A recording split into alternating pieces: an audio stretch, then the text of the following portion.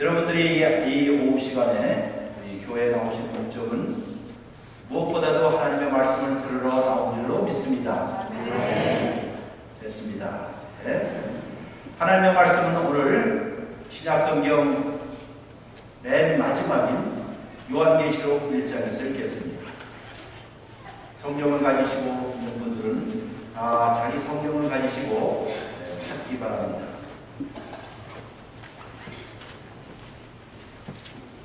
습관들이 있겠지만은 저는 우리 교인들에게 다 자기의 퍼스널 바이블을 꼭 갖고 다니도록 그렇게 이야기합니다.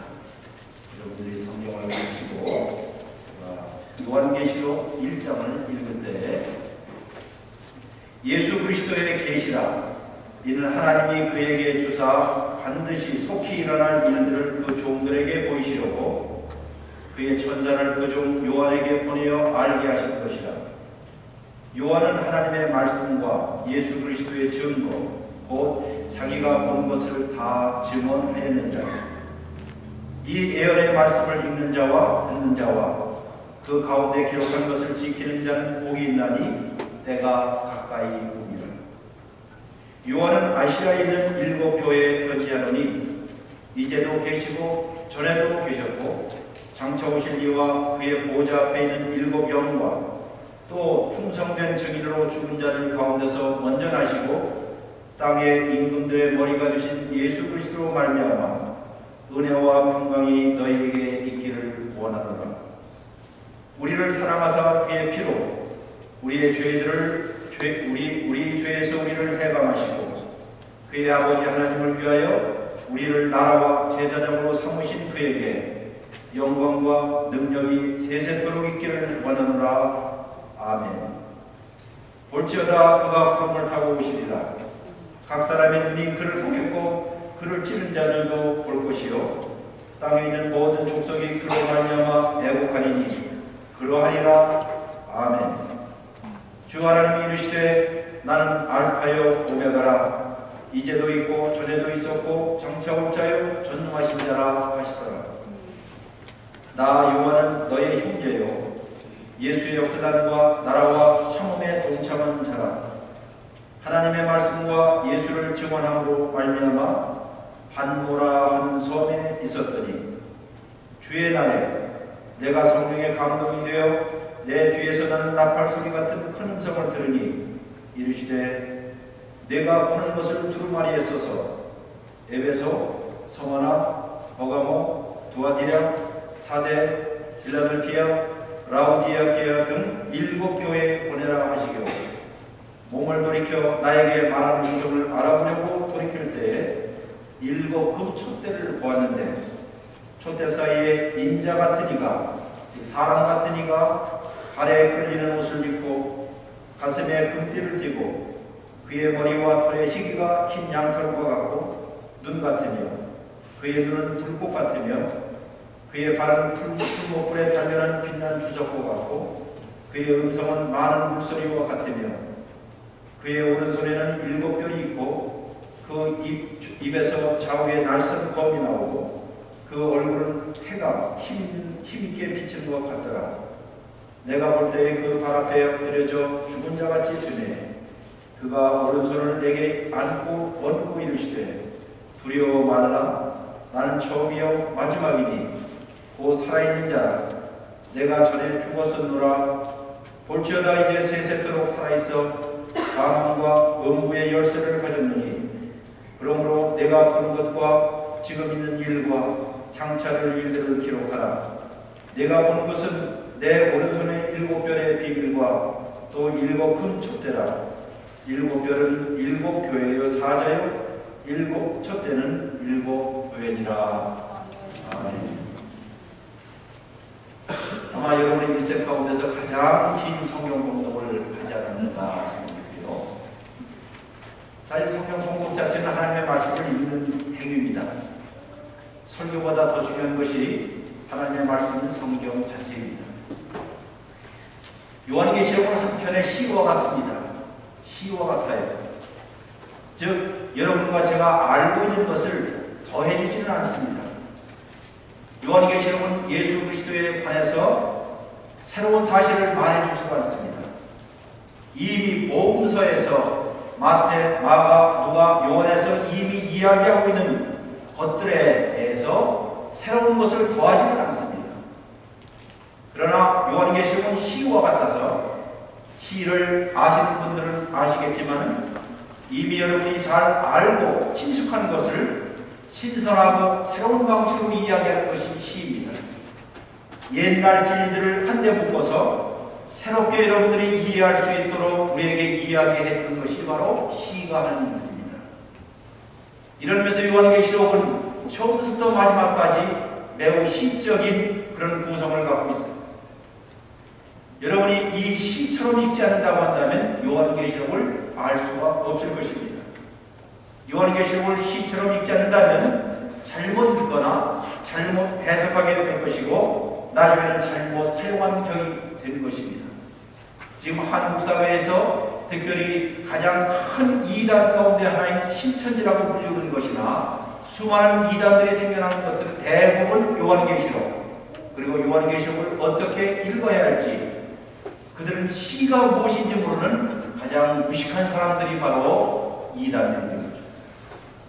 그러므로 이 요한계시록은 여러분들이 앞으로 어떤 일이 일어날 것인가 마치 미국에서도 Left Behind와 같은 시리즈처럼 앞으로 어떤 일들이 일어날 것인가에 관해서 여러분들이 요한계시록을 열고 있다고 한다면 그것은 요한계시록을 잘못 이해하는 것이고 하나님의 말씀을 잘못 생각하는 것입니다. 요한계시록에 저자인 이 요한 사도는 여러분과 저에게 매우 익숙한 소재들을 여러분과 저에게 새로운 방식으로 알려주고 있습니다.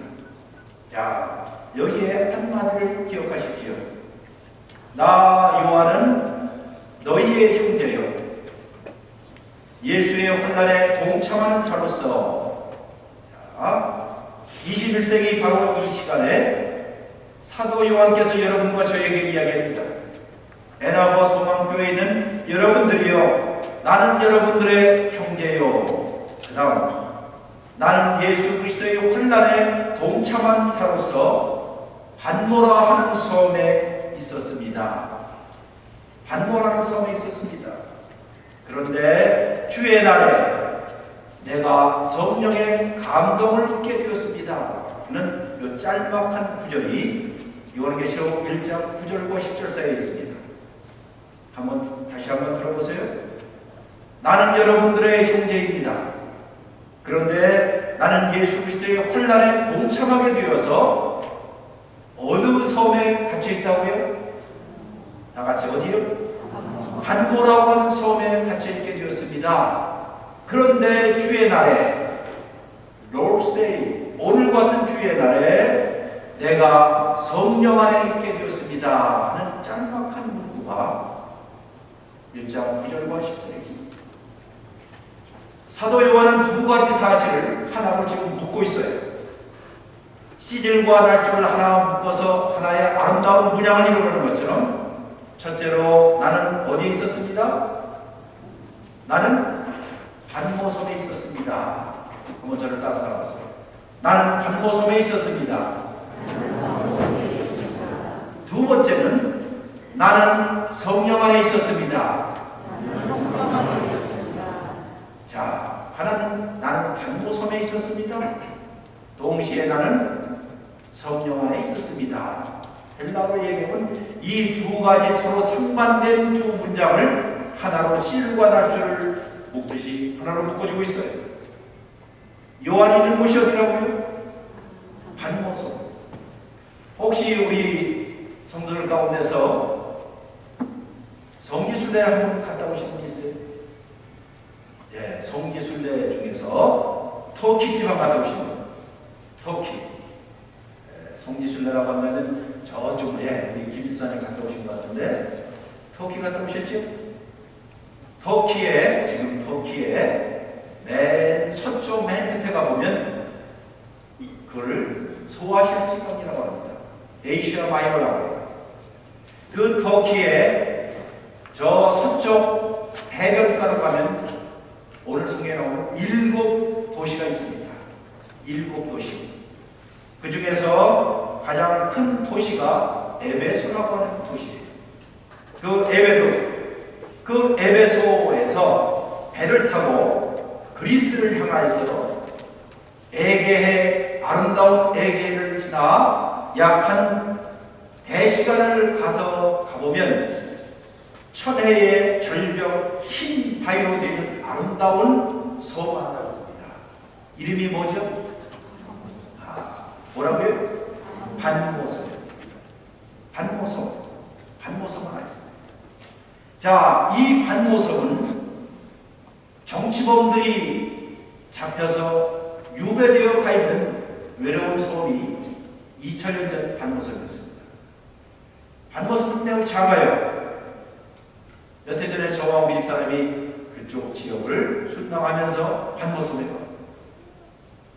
지금은 참 아름답게 꾸며져 있지만은 그런 돌섬입니다.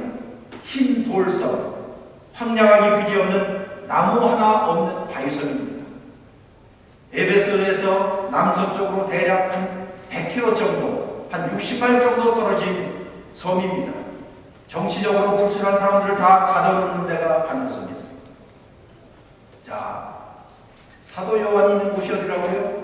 나는 반모섬에 있었습니다. 이렇게 시작해요. 그러나 동시에 그는 말하기를 주의 날에 나는 어디에 있었다고요? 성령 안에 있었습니다. 나는 주의 날에 성령 안에 있었습니다. 한편으로 그는 주의 날에 성령 안에 있었습니다.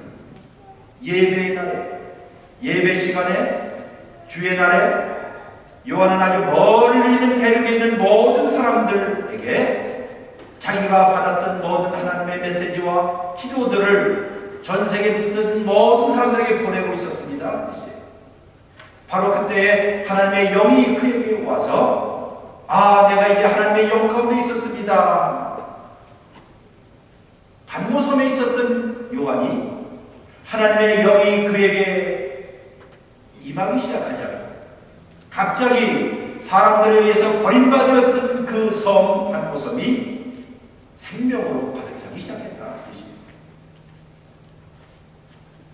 갑자기 요한은 전에 볼 수 없었던 것을 보기 시작하였고 요한은 지금 자기가 살고 있는 반모섬을 통하여서 다른 세상을 바라보기 시작했다. 오늘 설교 제목이 무엇입니까? 이 세상을 통하여 못하게 바라보기. 이 세상을 통하여 바라보기. Seeing through this world. 이 세상을 통하여서 다른 세상을 바라본다. 그 뜻입니다. 비록 그는 어거의 몸으로 반모섬에 지금 죄인으로서 언제 그의 인생을 마칠지 모르는 비참한 가운데 있었지만은 그러나 주의 날에 그가 성령 안에 있기 시작하자 그는 이 세상을 통하여서 이 척박한 세상이 변화해서 생명으로 꿈틀대고 있는 새로운 섬이 된 것을 경험하기 시작했다는 뜻이에요. 자기가 듣고 서 있던 이 바위가 묵시론적인 형태를 띠기 시작했고 그의 머리 위에 있는 하늘들은 마치 두루마리처럼 쫙 펼쳐지기 시작했고 그의 주위에 있었던 수많은 바다는 수많은 무리들로 가득 찬 환상적인 세상으로 바뀌기 시작했습니다. 그리고 역사의 휘영이 몰아치는 바로 그때에 그는 그 전에 한 번도 보지 못했던 역사의 두루마리를 펼쳐보게 되는 위대한 장면 가운데 들어가게 됐습니다. 자, 언제라고요? 주의 날에. 바로 이것이 이 아침에, 이 오후에 우리 새소망교회 있는 모든 그리스도인들이 생각해야 할 일이에요. 저 독일의 하노브라는 지역에 있었던 루터교회 감독이었던 한스 린더라는 그 유명한 감독이 이렇게 썼어요. 이 세상의 역사라는 것은 오직 두 가지 역사밖에 없습니다. 두 가지. 하나는 태양빛이 쫙 비치는 역사가 있고 태양빛이 비추는 시대와 같은 역사가 있고 다른 하나는 황혼역과 같은 시대가 있습니다. 트와일라이트 존과 같은 시대가 있습니다. 태양빛이 비추는 가득한 시대들 속에 살 때는 모든 것이 명명백백하기 때문에 거기에는 인간의 삶의 기쁨도 높음도 괴로움도 슬픔이라는 것도 다 없어요. 다 어찌 보면 이런 삶은 2차원적인 삶이에요. 밋밋한 세상이라는 뜻이에요. 인간적으로 아무 문제가 없는 평온한 삶입니다. 그러나 어느 시대를 보면 그 시대는 황혼역과 같은 시대, 트와일라이트 존과 같은 시대를 살고 있습니다. 그때는 마성적이고 악마적이고 악한 일들, 괴로운 일들, 힘든 일들이 마치 흑해의 깊음 속에서 용들이 솟아나는 것처럼 사람들의 안전한 세상을 파괴하기 시작하고 암으로 우리의 삶을 몰락하기 시작하고 파산 때문에 어려움을 겪기도 하고 인간관계가 깨짐으로 인해서 너무너무 힘드는 이런 트와일라이트 존과 같은 시대를 살 때가 있습니다. 바로 그때 우리는 세상이 종말이구나. 나의 인생이 이것이 끝일지 몰라. 병원에 가서 진단을 했어요.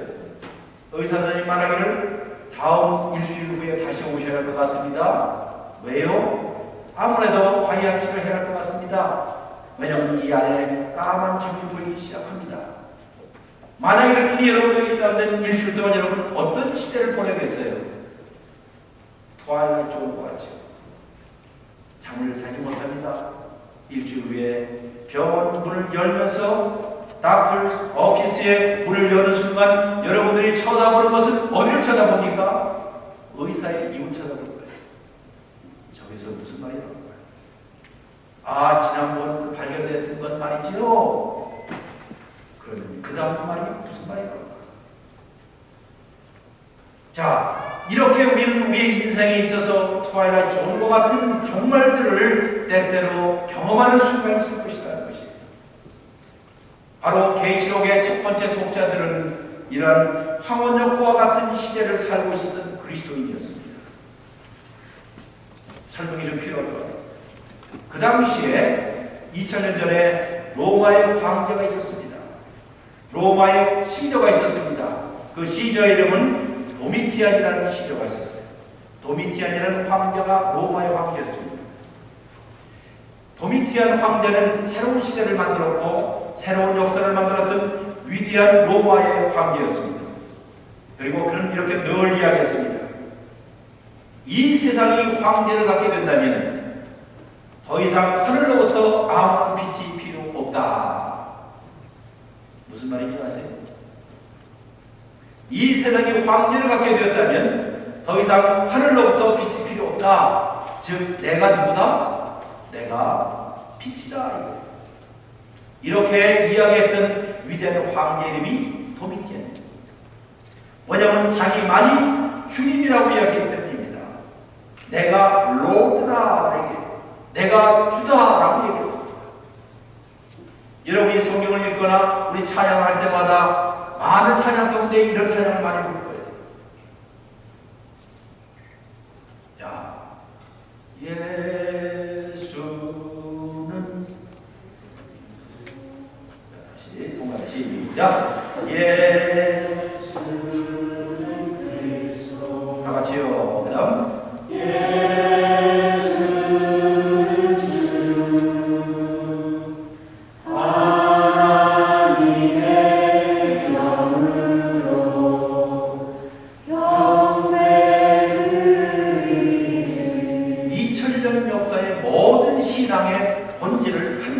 한 센텐스로 만든다면 예수는 누구다? 주입니다. 예수는 주입니다. Jesus is the Lord. 예수는 주님이십니다 하는 이 주, 큐리오스라는 말. 그런데 그 주라고 하는 말을 누가 썼어요? 도미티안 황제가 내가 주다. 내가 주다. 그가 내린 모든 공문서를 보게 되면, 그가 내린 모든 칙령을 보면 항상 이런 말로 시작합니다. 우리의 신이신 주님께서, 그러니까 도미티안은 자기를 가르쳐 뭐라고 표현했어요? 전혀 도움이 안 되실 것 같은데, 우리의 신이신 주께서, 그러면 도미티안 다음 뭐예요? 주라는 로. 큐리어스라는 거예요. 나는 주다. 주님께서 요구하신다 하는 이런 칙령을 했습니다. 그런데 주후 90년경에 주후 90년 우리가 주님이 오신 후로 90년이라고 한다면 여러분이 주님이 약 33년 되었을 때 주 34년 때 승천을 하신 후로 몇 년 지났어요? 계산해 보면 한 60년. 자, 그때 도미티안이 황제였는데 그 황제는 극도의 정치적인 박해를 가했습니다. 특별히 대상은 기독교인이었습니다. 왜 그런 거니? 기독교인들은 모일 때마다 항상 선포하는 것이 딱 하나 있어요. 예수는 누구다? 다 같이 예수는 누구다? 주님이십니다.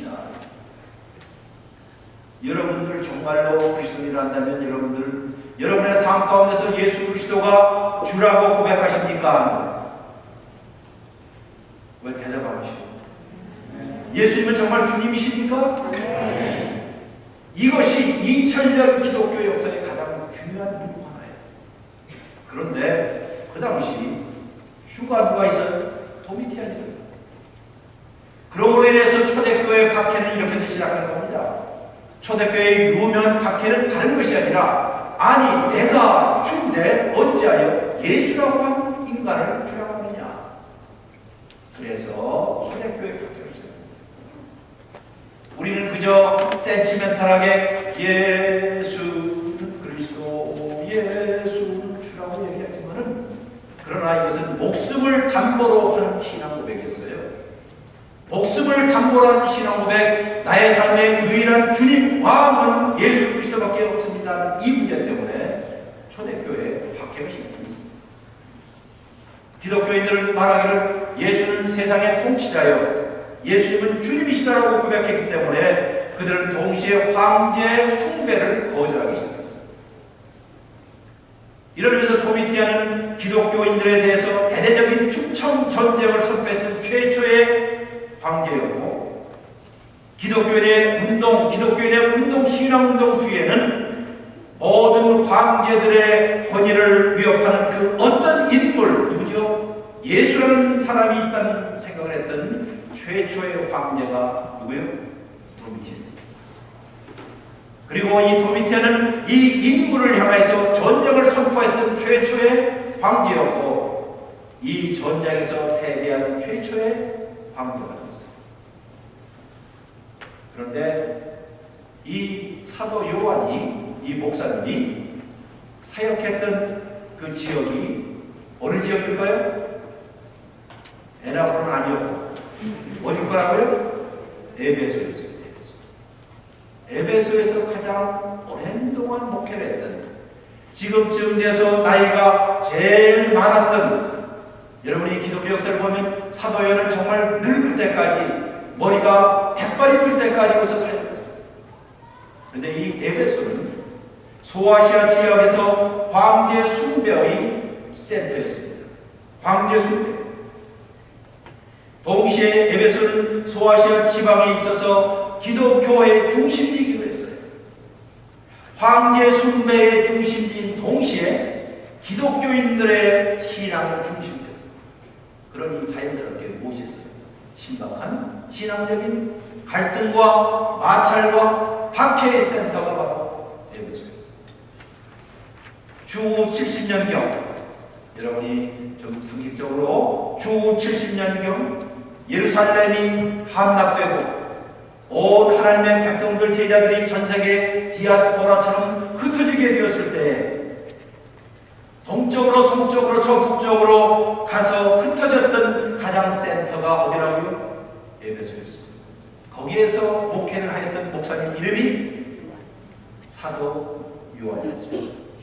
자, 도미티안 황제가 나를 숭배하라고 하는 전 로마 제국의 영을 내렸을 때 그 지역의 교회의 지도자가 요한이었고, 요한 사도는 황제 숭배에 대해서 강하게 반발하였고 반대했습니다.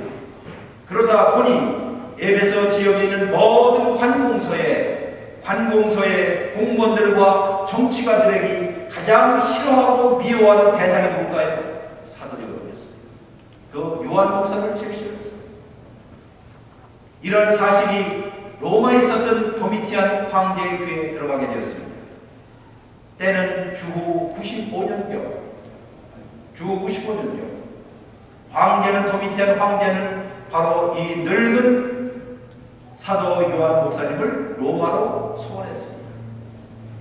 그리고 거기서 강하게 신문을 했을 뿐만 아니라 엄청난 고문을 당했습니다. 엄청난 고문을 당했습니다. 무엇 때문이죠? 예수는 누구다? 주님이십니다 하는 이 한마디 때문에 이것을 자기 인생의 최고의 가치로 섬기고 있었던 그 지도자였던 목사님은 로마에 끌려가서 말로 다룰 수 없는 핍박과 고문을 당했습니다. 거의 피폐해진 몸을 가지고 그를 어디다 보냈다고요? 저 에게의 한복판에 있는 외로운 섬, 정치범들만 있는 청량한 척박한 섬 판모섬에 가두게 되었습니다. 요한은 범죄자를 가두어두었던 판모섬으로 유배를 당했습니다. 왜 그가 이런 유배생활, 유형생활을 하게 되었을까요? 단 한 가지 성경인 것처럼 하나님의 말씀과 예수를 증거하는 일 때문에 내가 이런 일을 당하게 되었습니다 라고 시작하는 것이 요한계시록입니다. 바로 그곳에서 형벌의 섬에서 재앙의 섬에서 시간대는 황혼역과 같은 시간대에서 요한은 그리스도의 환상을 보기 시작하는 것입니다. 그리스도의 환상. 여러분, 우리의 심장이 떨리지 않습니까? 요한은 이 세상 척박한 세상을 통하여서 다른 세상을 바라다 보기 시작하는 것입니다. 외형적인 눈으로 바라볼 때 이 판모섬은 로마의 군단들, 로마의 병사들이 지키고 있었던 황량한 바위섬이었습니다만은 그러나 그가 신앙의 눈으로 바라보기 시작하였고 성령 안에 있을 때 모든 역사라는 것은 인간 황제의 드럼에 따라서 움직이는 것이 아니라 하나님의 드럼의 박자의 비트에 맞춰서 인류의 역사가 움직여간다는 것을 그는 몸소 소름 끼치게 경험하고 있습니다. 신앙의 눈으로 볼 때 그는 이 세상이 황제에 의해서 지배되는 세상이 아니라 하나님의 어린 양, 죽임당한 어린 양에 의해서 이 세상이 이미 정복됐다는 것을 그는 알게 되었습니다. 여러분과 저의 외적인 눈으로 볼 때, 이 눈으로 볼 때 인간의 역사, 우리 사람의 역사는 추한 모습을 갖고 있어요. 인간의 갈등으로, 암으로, 병으로 온갖 추한 모습을 갖고 있지만은 그러나 그 역사의, 여러분과 저희 삶의 역사, 우리 인간의 역사의 뒤에는 하나님의 숨겨져 있는 목적이 있다는 것을 그는 바라보게 되었다. 신앙의 눈으로 여러분이 바라보기 시작하면 이미 새로운 New Creation, 새로운 창조 세계가 도래하고 있다는 것을 그는 바라보기 시작했습니다. 그래서 그는 말합니다. 나 요한은 어디에 있었다? 판모섬에 있었습니다. 동시에 나 요한은 어디 있었다? 성령 안에 있었습니다. 서로 매치가 되지 아니하는 정반대의 두 가지 현실 자체에 나왔습니다. 나는 비록 영화의 몸으로 판모섬에 갇혀있는 죄인의 몸이지만은 그러나 하나님의 영이 내 속에 오고 나의 삶을 새롭게 하기 시작하자 나는 새로운 것을 바라보기 시작했습니다. 그때 그는 말합니다. 내가 성령 안에 있을 때 내 뒤에서 나팔소리와 같은 큰 음성이 들렸습니다. 그리고 그 뒤에서 들린 음성을 들어보니 요한에게 말합니다. 요한 목사야, 내가 보고 있는 것을 못하는 것이라고요? 내가 못하는 것? 보고 있는 것. 분명히 본다는 것은 이 육체의 눈으로 보는 것이 아닌 것이 분명한 것 같아요. 하나님의 영을 통하여서 신앙의 눈으로 새롭게 보기 시작한 것을 너는 두루마리에서 그리고 7 교회에게 보내라. 에베소, 서머나, 버가모, 두아디리아, 사대, 빌라델피아, 라오디게아 교회에는 7 지역에 있는 교회에게 이것을 다 써서 보내놨습니다. 그러자 이 사도 요한은 그 음성을 보기 위해서, 누군가 보기 위해서 뒤를 돌아봤습니다. 뒤를 돌아다보는 순간 7 금촛대가 보였습니다. 7 금촛대.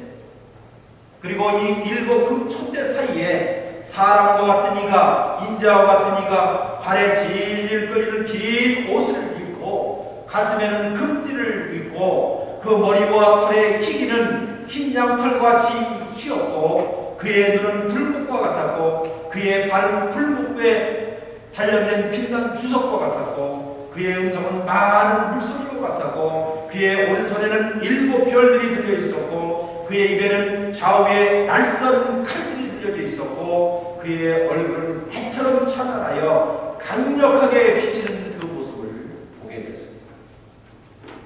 여러분, 그 모습을 여러분이 상상해 보면 이것은 여러분들이 복음서에서 찾아보았던 예수님과는 전혀 다른 모습이죠. 복음서에는 이런 예수님의 모습이 없습니다. 거기에는 베들레헴의 예수의 모습이 있고 나사렛 예수의 모습이 있고 골고다의 예수의 모습이 있습니다. 복음서의 기자들이 쓰고 있는 예수의 모습을 이제 요한 사도는 그의 신적인 장엄함과 숭고함과 위대함을 가지고 서 계신 만왕의 왕이요 만주의 주요 여러분과 저의 삶을 지배하시는 진정한 온 만주의 주로 계신 그 주님을 바라봅니다. 요한의 눈이 갑자기 띄어졌습니다. 그는 이 세상 말고 영혼까지를 바라보게 된 것입니다. 그리스도인이라고 한다면 이 세상 말고 여러분과 제가 영혼을 볼 수 있는 긴 젊은 눈을 갖게 됩니다. 그리고 그는 갑자기 예수 그리스도의 초월적인 위엄, 그의 환상으로 꿰뚫고 보았습니다. 언제라고요? 그것이 여러분과 제가 어디에 있을 때? 성령 안에 있습니다. 하나님의 영에 여러분과 저의 삶이 지배를 받기 시작할 때에 일어나는 일들이다. 외적인 눈으로 바라볼 때 여러분과 주위에는 무엇이 있어요? 반모섬들이에요. 황량한 돌짝밭들이에요. 광야와 같습니다. 로마의 군사들이 지키고 있는 절망밖에 보이지 않는 이 현실 가운데서 그러나 신앙의 눈으로 주의 영의 지배를 받기 시작하는 순간 예수가 우리의 삶의 주님이라는 것을 바라보는 순간 온 우리의 인생의 역사의 파노라마가 전해지고 있습니다.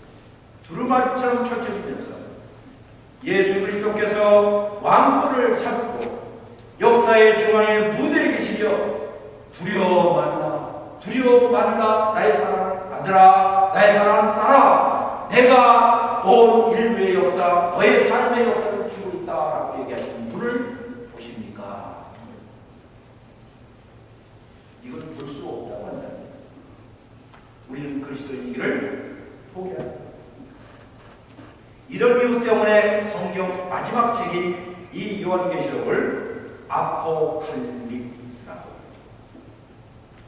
아포칼립스라는 말은 말 그대로 휘장이 있는데 휘장이 쫙 찢어진다는 뜻이에요. 휘장이 쫙 찢어지면서 그 안에서 역사의 왕권을 쥐고 있는 분이 누구인지를 아느냐? 그 가운데 누가 서 계시다고요? 고향 되시고 위엄이신 예수 그리스도가 서 계신 것을 볼 수 있도록 것입니다. 여러분과 저는 예수님이 여러분과 저희 삶의 역사의 주인이신 것을 보기 전까지는 여러분은 예수님이 누구인지를 알 수 있다 없다? 교회는 여러분과 저의 마음의 평안과 위안을 입기 위해서 나온 것이 아닙니다. self-centeredness가 아닙니다. 우리의 신앙의 본질은 우리의 삶과 우리의 인생과 우리의 온 세계와 역사의 주 로드가 누구인가? 그분이 예수님이라는 것을 보기 전까지는 여러분과 저는 예수가 누구인지를 알 수 없다는 것입니다. 그러므로 여러분 복음서만을 읽는다고 해서 예수님을 알 수 없을 것입니다. 예수님의 삶에 대해서, 예수님의 생애에 대해서 자세한 내용들을, 역사적인 내용들을 잘 많이 배운다고 해서 여러분들이 예수를 아는 것은 아니다. 성경 공부를 많이 한다고 해서 예수를 아는 것이 아니라 여러분과 나의 삶 가운데 진정한 주가 누구인가? 우리의 삶을 지배하시고 통치하시고 이끌어가시는 분이 누구신가? 그분이 예수가 주라고 고백하기 전까지 우리는 예수님을 알 수 있다 없다? 한번 다시 불러볼까요? 예수 그리스도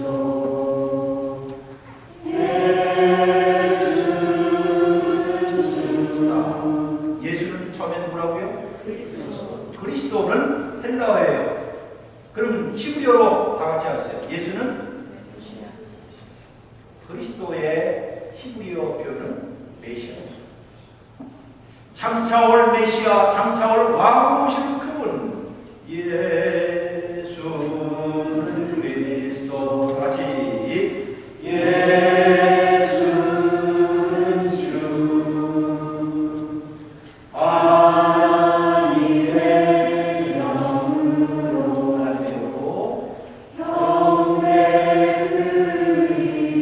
경배드리니. 이 시간에 하나님의 영으로 마음으로 하나님의 영이 여러분과 저의 마음 온 삶을 지배하고 시작하면 우리의 눈이 열려서 이 세상을 통하여 반모성을 통하여서 새로운 왕권을 볼 수 있는 여러분 되시기를 주님으로 축원합니다.